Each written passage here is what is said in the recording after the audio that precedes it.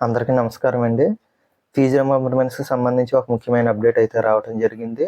Fee రీయింబర్స్‌మెంట్స్ ఎప్పుడు release చేస్తారు అనేది, అలాగే ఫీజు రీయింబర్స్‌మెంట్స్‌లో కొన్ని మార్పులైతే చేయటం జరిగింది ఏపీ ప్రభుత్వం. ఏం మార్పులనేవి చేసిందనేది ఈ వీడియోలో తెలుసుకుందాము. ఈ వీడియో చూస్తున్న ప్రతి ఒక్కరు ముందుగా వీడియోని అయితే లైక్ చేయండి. మీరు లైక్ చేస్తే ఇన్ఫర్మేషన్ ఎక్కువ మందికి రీచ్ అవుతుంది. లేకపోతే రీచ్ అవుతుంది కనుక ప్లీజ్ లైక్ చేసి సపోర్ట్ చేయండి.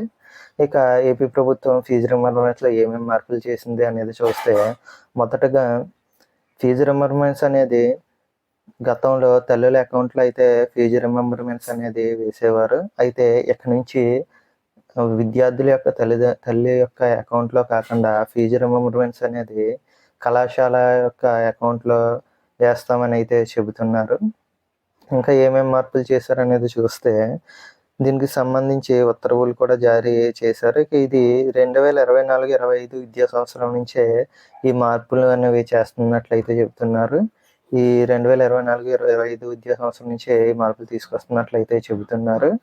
అలాగే ఎస్సీ విద్యార్థులకి కేంద్రం 60%, రాష్ట్ర ప్రభుత్వం 40% వాటాగా ఈ ఫీజు రీయింబర్స్‌మెంట్స్ అనేది ఇస్తుంది. వారికి మినహా మిగిలిన వారందరికీ కూడా రాష్ట్ర ప్రభుత్వమే ఫీజు రీయింబర్స్‌మెంట్స్ అనేది అందిస్తుంది. ఇక వీటితో పాటు మరొక మార్పు ఏం చేసిందనేది చూసినట్లయితే, 2025, 26 విద్యా సంవత్సరం నుంచి ఫేషియల్ రికగ్నిషన్ అనేది తీసుకొస్తామని చెప్తున్నారు. అంటే విద్యార్థుల యొక్క వెరిఫికేషన్ కోసం ఫేషియల్ రికగ్నిషన్ అనేది తీసుకొచ్చే ప్రయత్నం అయితే చేస్తున్నామని అయితే చెబుతున్నారు. దీనిని 2025, 26 విద్యా సంవత్సరం నుంచి అయితే ఈ మార్పుని తీసుకొస్తామని అయితే చెబుతున్నారు. ఇవి ఫ్రెండ్స్ మారినటువంటి విషయాలు. ఒకటేంటంటే, ఇక నుంచి తల్లి అకౌంట్‌లో కాకుండా కళాశాల యొక్క అకౌంట్‌లోకే ఈ ఫీజు రీయింబర్స్‌మెంట్స్ అమౌంట్ అనేది వేస్తామని చెబుతున్నారు.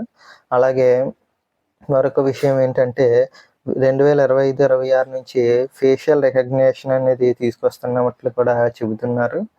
ఇది ఫ్రెండ్స్ ఫీజు రీయింబర్స్‌మెంట్స్‌కి సంబంధించి వచ్చినటువంటి అప్డేట్. ఫర్దర్‌గా ఇంకా ఏ అప్డేట్స్ వచ్చినా సరే మీరు మిస్ అవ్వకుండా ఉండాలంటే మన ఛానల్‌ని సబ్స్క్రైబ్ చేసుకోండి. అలాగే వీడియోని అయితే లైక్ చేయండి. మీరు లైక్ చేస్తే ఇన్ఫర్మేషన్ ఎక్కువ మందికి అయితే రీచ్ అవుతుంది. ప్లీజ్ లైక్ చేయండి. Thank you.